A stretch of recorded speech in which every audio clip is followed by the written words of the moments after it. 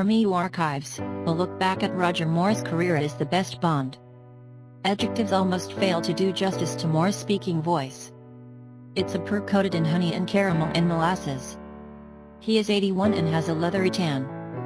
If you squint just a little, he doesn't look all that different from when we last saw him in a steamy shower, canoodling with Tanya Roberts in the closing scene of 1985's A View to a Kill. Oh, James. The last of his 7 debonair, sardonic turns as 007. I was 8 years old when I saw my first James Bond film.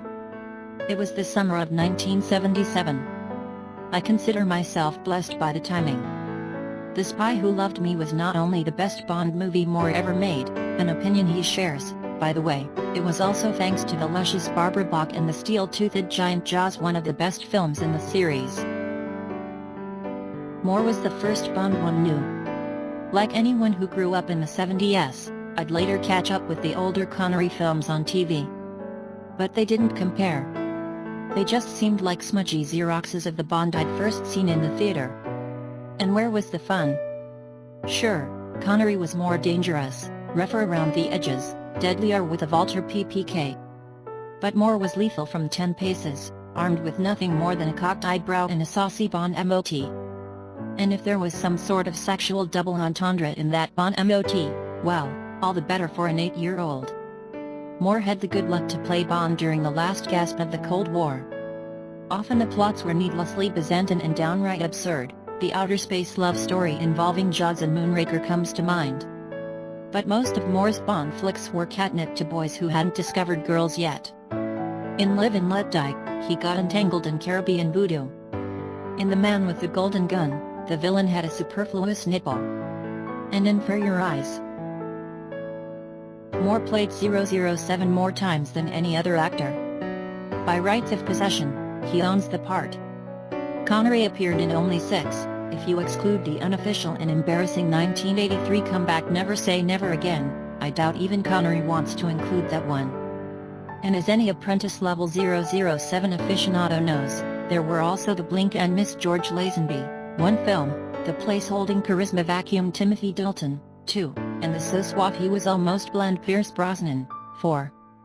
Now, of course, we have Daniel Craig, who's updated Bond into a sort of sadistic, knuckle-scraping Jason Bourne in a tux.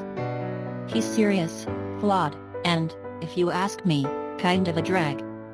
The knock on Moore has always been that he played the character too lightly. He was too arch, too jokey. But that seems a bit rigid. Moore's Bond films grossed $1.2 billion worldwide. He took over a hugely popular franchise after its leading man walked and kept it humming for 12 more years.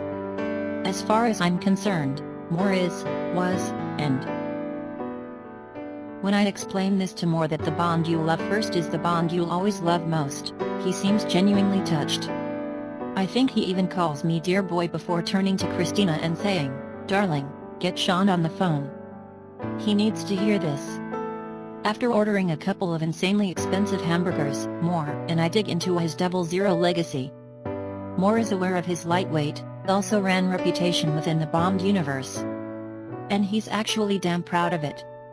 To be associated with success is absolutely wonderful, he says.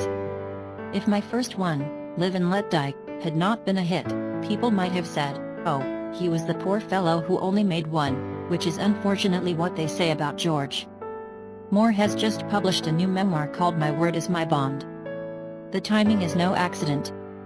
He's smart enough to know that piggybacking its release on that of the 22nd Bond film, Quantum of Solace, is good business.